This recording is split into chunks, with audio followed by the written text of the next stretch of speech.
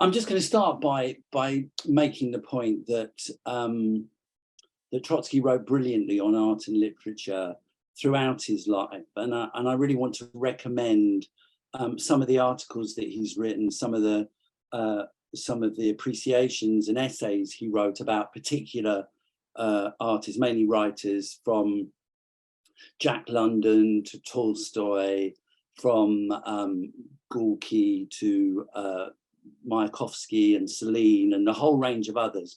There are a number of these essays are collected in a book called Literature and Art, a compilation called Literature and Art. And I really can't recommend them enough, because in those, in many of those works, he places the artist's work, the writer's work, in their historical context without reducing it to kind of, or reducing them to mere expressions of their times. And they really are models of kind of Marxist writing on art and culture, in which he draws out complex relationships between the artist's social position, their sensibilities and their outlook, to the storms and contradictions of the world in which they lived, and talks about the way that the artist illuminated them, these contradictions, and sometimes tried to resolve them in complex ways. I thought I'd just read a couple of very short extracts just to give you a flavour of some of them. There's a couple of great essays on Leo Tolstoy, the great Russian novelist, and in one of them, Trotsky's talking about his aristocratic background and how he kind of partly moved away from that in his life. And he said, "From the landlord's manor, there runs a short and narrow path straight to the hut of the peasant. Tolstoy, the poet, was accustomed to make this passage often and lovingly, even before Tolstoy, the moralist, turned it into a road to salvation." And he goes on talking about Tolstoy's incredible realism, and his storytelling abilities. He says, "Like the master of an enormous enterprise who keeps an ever wakeful eye on all its many parts, he mentally keeps an errorless balance sheet. All he does seemingly is to keep watch while nature itself carries out all the work. He casts a seed upon the soil, and like a good husbandman, calmly permits it to put out its stalk naturally and grow full of ears," which I think is an extraordinary way of approaching the work of Tolstoy. Just briefly on the Russian futurist poet Vladimir Mayakovsky, on the occasion of his suicide, Trotsky says, "Without exaggeration, it can be said that Mayakovsky had the spark of genius, but his was not a harmonious talent. After all, where could artistic harmony come from in these decades of catastrophe across the unsealed chasm between two epochs? In Mayakovsky's work, the summit stands side by side with abysmal lapses. Strokes of genius are marked by trivial stanzas, even loud vulgarity."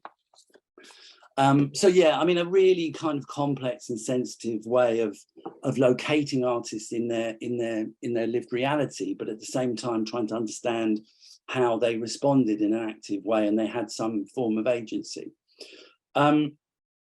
But I also want to recommend, and I'm going to talk mainly about his theoretical work on the subjects, because these are also very, very important in my opinion. Particularly the book Literature and Revolution, which he wrote in 1923, which was really the first full-length investigation of questions of culture and Marxism by a kind of leading communist. And it was followed by articles, a whole number of other quite important articles. There's a lecture on class and art that he wrote or gave in 1924, a long essay on culture and socialism in 1926. There's articles collected in a book called Problems of Everyday Life, all very, very interesting. And I want to try and explore some of their of the arguments that he made in them. But first, just a few kind of points of context, because three things I want to say really about the context that he was writing, particularly in the 1920s. First of all, obviously he was writing shortly after the Russian Revolution, which, apart from anything else, was a moment of unparalleled cultural ferment and excitement in society, which is brilliantly described by John Reed in his book 10 Days That Shook the World. And again, a quick quote: "All Russia was learning to read. and reading politics, economics, history, because the people wanted to know. From Smolny Institute alone, the first 6 months went out every day, tons, carloads, trainloads of literature, saturating the land. Russia absorbed reading matter like hot sand drinks water, insatiable. And it was not just fables, falsified history, diluted religion, and the cheap fiction that corrupts, but social and economic theories, philosophy, the works of Tolstoy, Gogol, and Gorky. Then the talk, lectures, debates, speeches in theatres, circuses, schools, houses, clubs, Soviets, meeting rooms. For months in Petrograd and all over Russia, every street corner was a public tribune. In railway trains, streetcars, always the spurting up of impromptu debate everywhere. Now, although by the time Trotsky was writing, Russia had gone through, the revolutionary state had gone through terrible torment and the destruction of the civil war. By the time he was writing his longer pieces, you can still get a sense of this ferment actually when you do read them, because you can feel that these interventions are part of real polemics amongst artists, amongst wider layers of society. And actually, it's funny when you read the articles, there are heckles and put downs and all sorts of interruptions and kind of repartee that are actually written into the text, which gives a sense of this incredibly vibrant debate that's going on. The second aspect of the context is the sort of the political and economic situation. I mean, Trotsky was clearly one of the leading figures of the first revolutionary worker state in history, a state under extreme pressure. The revolution had taken place in a very underdeveloped country that was at war. It was a country that was then surrounded by 16 imperialist armies, including the British, all of which had helped to create a devastating civil war and taken it to the brink of economic collapse. So Trotsky was one of the leaders, actually, was the Commissar of War, was the leader of the military effort that had defended the revolution. But Trotsky's hopes and the hopes of the other Bolshevik leaders for the revolution to spread hadn't happened. And so we're in a very, very tense and dangerous situation. And he himself comments on the contradictions of this situation in terms of culture, when he says that the library in Leningrad had more books than in any library anywhere in the world, because big private collections have been socialized, but there were more illiterates in Russia than in any country in Europe.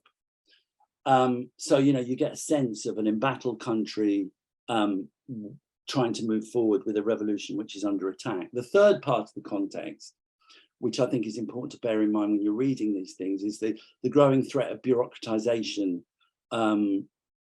that Trotsky was well aware of. And as the 20s goes on, the more and more intense struggle that Trotsky was involved in against Stalin's authoritarianism and Stalin's attempt to roll back the revolution. By the 1930s, and there are essays that are collected in many of these collections about culture in the 1930s. Trotsky by this stage was well in exile, but he writes that in one mid-30s conference of writers, the secretary of the Communist Youth proclaimed, "The suggestions of Comrade Stalin are a law for everyone." And the whole conference, a conference of writers, applauded. Although, as Trotsky said, some of them, those attending, must have been burning with shame. So we're dealing here with something that's completely unique, really. Leaders of an embattled worker state, a leader in an embattled worker state, trying to grapple with the kind of policy that should be pursued and that a workers' government should take towards culture. And, this gives the writings a really uniquely urgent and concrete perspective on questions of culture, on the issues around art and culture's role in historical development, the relationship between class and art, culture's impact and importance, and so on.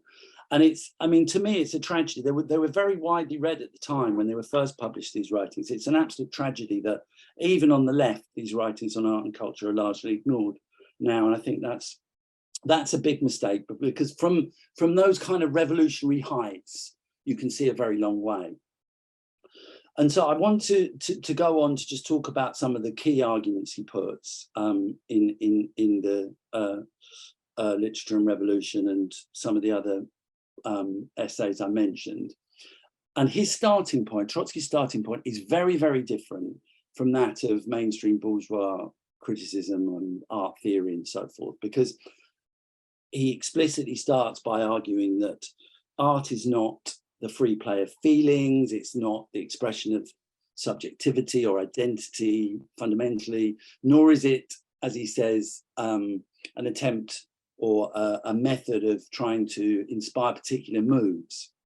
Fundamentally, whether the artist concerned knows it or not, art is, in Trotsky's words, a cognition of life, a way of processing and understanding and reflecting on the reality in which we live.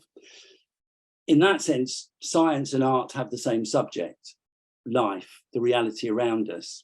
But where science turns to the mind and to analysis and tends to abstract, the artist responds to reality more sensually, more instinctively, intuitively. The artist finds their inspiration and insight in concrete observations and the kind of, the if you like, the manipulation in some ways of the everyday experience. And there's a number of conclusions or implications from this. First is that, you know, we shouldn't do what mainstream art criticism tends to do, which is to have a big argument between art that has a particular tendency and art that is basically regarded as being art for its own sake. While it's right, I think, to welcome progressive art for its political, tendential art for its political impact, Trotsky made the point that in general, we shouldn't take sides in these disputes, but we should rise above them in the sense, because all art, he says, is in general, in a general sense, utilitarian, historically utilitarian, or in some ways, art is a social servant. And he says, if he finds, it finds, he says, the necessary rhythms of work for dark and vague moods. It brings thought and feeling closer or contrasts them with one another. It educates the individual, the social group, the class, the nation, and this it does quite independently of whether it appears in a given case under the flag of a pure or of a frankly tendentious art. And it's our job, as insofar as we're critics or we're writing about art and culture, it's our job to try and understand the complex and often contradictory ways that this plays out. So because it's, I mean, it is a cognition of life, but because art and culture in this sense involves, is very personal, it involves internalization, it involves close observation, subconscious processes very often, an instinct. It has its own techniques and its own methods. It has its own laws, actually, laws of development, which make it different from the worlds of political polemic, political analysis, social science, or science itself. And one conclusion of this, which is something that he keeps coming back to and touches on regularly, is that unlike science or politics, which aim and can grasp developments very quickly on the basis of sudden breakthroughs, art tends to move slowly. Artistic creation tends to move slowly. Literature belongs, he says, in the supply chain of historical movement. It plays a crucial role, and I'll come on to this, it plays a crucial role in social development, but ultimately it is still a subsidiary role in the way society unfolds. And to understand this more fully, I want to just move on to examine the question of culture historically a little bit and in its relation to class. And this is obviously a complex area, but like everything else, art and culture are shaped by the way society is organized. Trotsky quotes Marx saying the ruling ideas of an epoch are essentially the ideas of the ruling class of that time. The ruling class owns the publishing houses, they own the galleries, they own the film studios, they own the record companies. The majority of people, as we know, who have the opportunity to practice art tend to come from upper or middle class backgrounds. And actually, when working class people successfully able to get into those worlds, they're really no longer working class in the scientific sense. They're moving out of their class into a different world. And also, in all sorts of ways, any kind of radical challenging artistic work will come up against all kinds of blocks and obstacles. And in general, the assumptions that are carried by cultural production will be close to the assumptions of the ruling class at the time. But that is true, but it's also not the whole. It's not the whole picture. And Trotsky, it's a very important element of his argument that it's not, and that the question isn't quite as simple as it might have first seemed, because he argues social relations, the way society is organized, the class relations in society are not entirely determinant, that culture in its wider sense particularly involves technique, it involves historical developments that have taken place over the full history of human society. And that each form of class society has built on and does build on the advances, the innovations, the breakthroughs of previous societies. So, for example, the rising bourgeoisie, the rising capitalist class, when it had started to emerge in the late Middle Ages, built on the medieval Gothic style of architecture, but also brought in elements of classical antiquity and actually from Islamic art into its most characteristic early architectural forms. You can see that in the Renaissance, for example. And Trotsky here goes on to make an analogy with technology to prove the point that, you know, each new class society doesn't start from ground zero. He says the machine strangles the wage slave in its grip, but workers can free themselves only through the machine. Socialism, in other words, will have to adapt and use the fabulous innovations of the capitalist era. And that's an argument from, you know, the question of general technology, but it has an application in the world of culture and art. And in that sense, the world of culture and art is very, very contradictory. In many respects, in many aspects, it serves to justify the status quo, but it also serves other purposes, and it builds on a long historic human legacy. Specifically under capitalism, I think it's fair to say that cultural production is a kind of sphere of capitalist life that is at least supposed to enact the freedom of expression, the creativity, the untrammeled search for truth that was promised by the bourgeois revolutions. And art and literature are one of the ways in which humans find their bearing in the world. I think art and culture plays the role of giving confidence and compensation to the ruling classes in some ways, but also throws light on the past, generalizes experience, widens people's horizons, and encourages empathy and much more, provides explanations for the world in a certain sense, and definitely enriches us and makes us more complex and flexible and fuller human beings. And one way of understanding this, which is a point Trotsky makes, is that, you know, one part of the evidence for this is that great art has the capacity to stand way above its own epoch. He argues against critics of his position, who were saying that the Italian Renaissance poet Dante was only of historical interest. And Trotsky argued Dante, who's like a comparable figure to Shakespeare in Italian culture, Dante retains artistic significance, even if his historical world has passed. Dante, Trotsky says, is a genius. He raises the experience of his epoch to an enormous artistic height.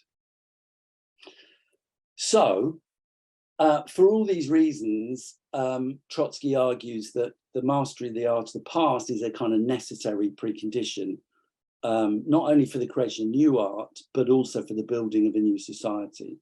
For what he says, communism needs people with highly developed minds.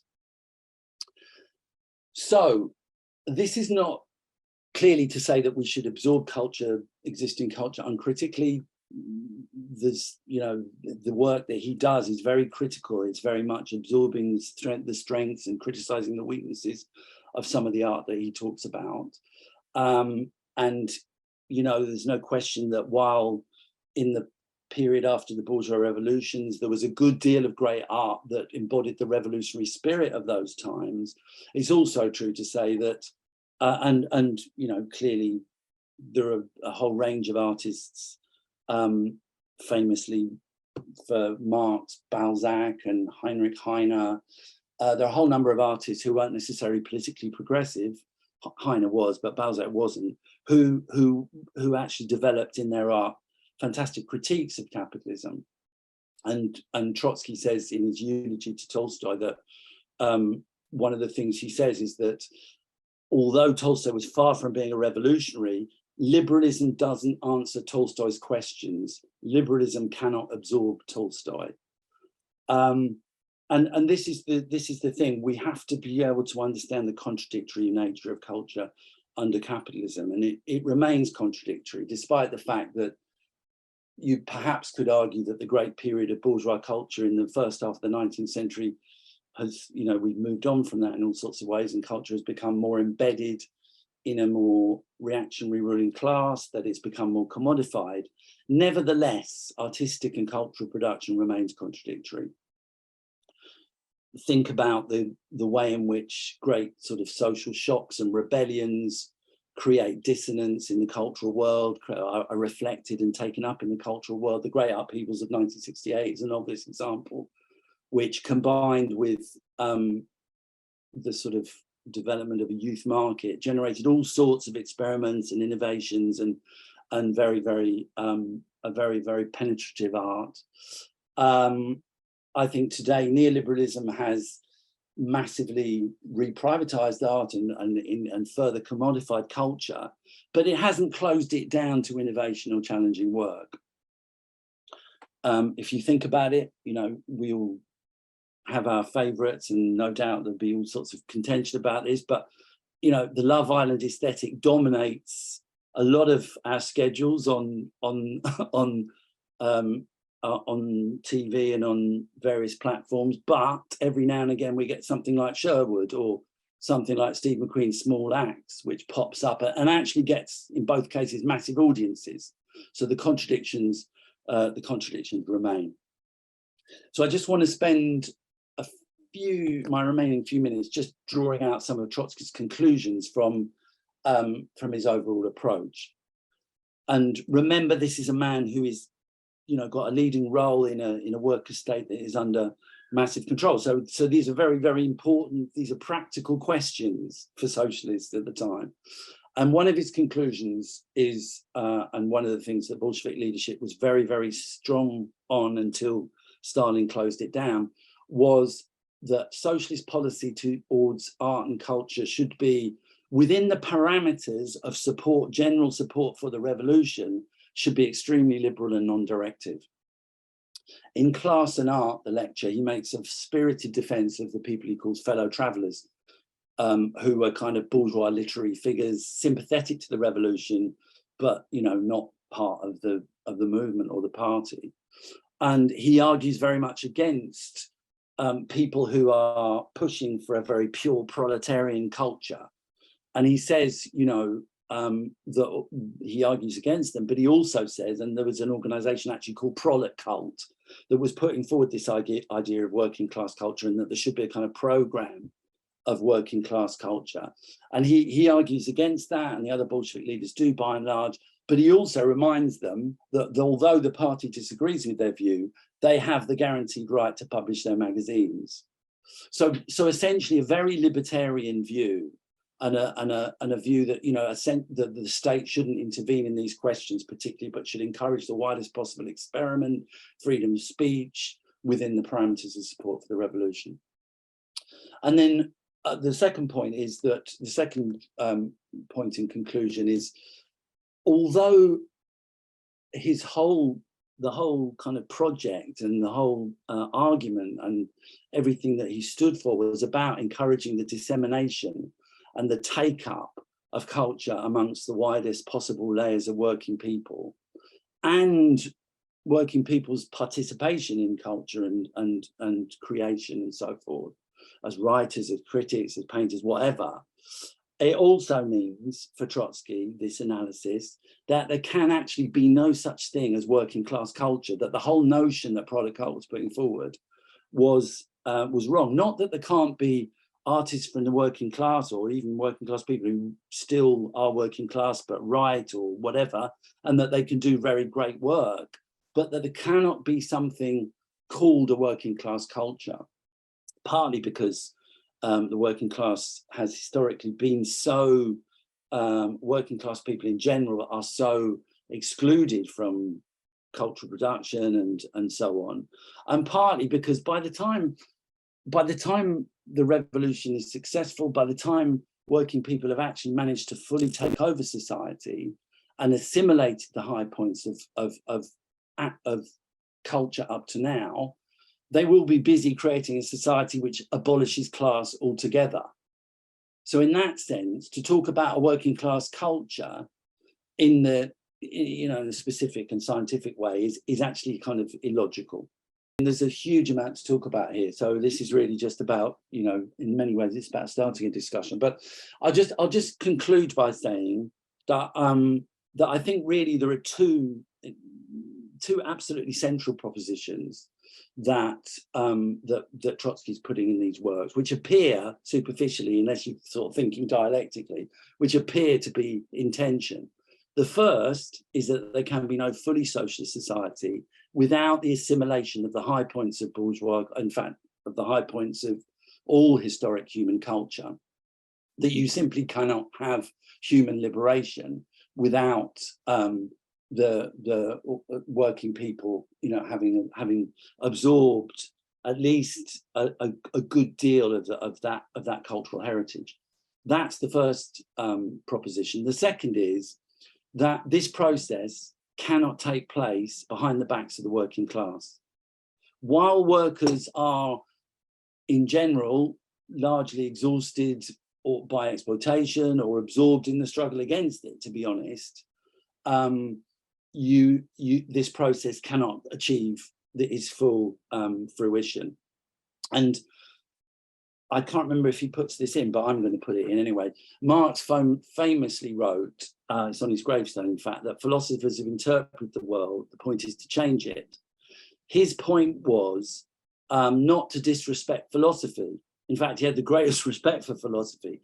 His point was he was appealing to politics, not against philosophy, but on its behalf. That in order for philosophy to move forward from the impasse that in the end of the day it faces under bourgeois society, there has to be social change. And Trotsky, like Marx, understood that to advance beyond capitalist culture, beyond capitalist forms of art or philosophy, whatever initial headway can be made by genius and individual fantastic artists and so forth, this cannot be made finally without the active participation of the working class as a whole. So the resolution of this tension between these two propositions can only be that the further development of art and culture and philosophy requires above all else a revolution in social relations.